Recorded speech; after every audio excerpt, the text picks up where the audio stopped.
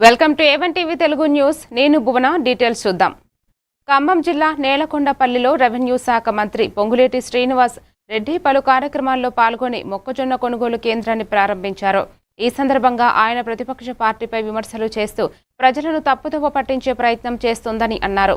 గత ప్రభుత్వంపై ఆరోపణలు చేస్తూ రైతుల సంక్షేమానికి తమ ప్రభుత్వం మద్దతు ధరతో పాటు బోనస్ అందిస్తోందని తెలిపారు. ప్రజలే ప్రతిపక్షానికి బుద్ధి చెబుతారని ఆయన వ్యాఖ్యానించారు.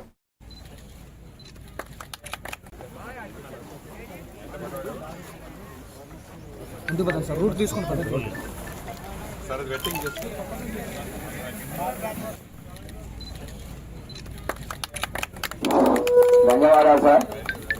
మా నేలకొండ మండల రైతులు, మొక్కజొన్న రైతులు మీకు ధన్యవాదాలు, హృదయపూర్వక ధన్యవాదాలు తెలియజేసుకుంటున్నాం.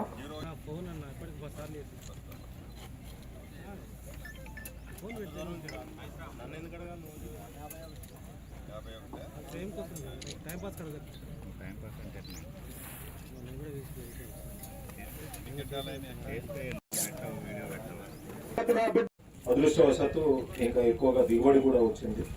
కొన్ని ఇబ్బందులు ఉన్నమాట కొద్దిగా ఇబ్బందులతోనే మనం మొదలెడినాము.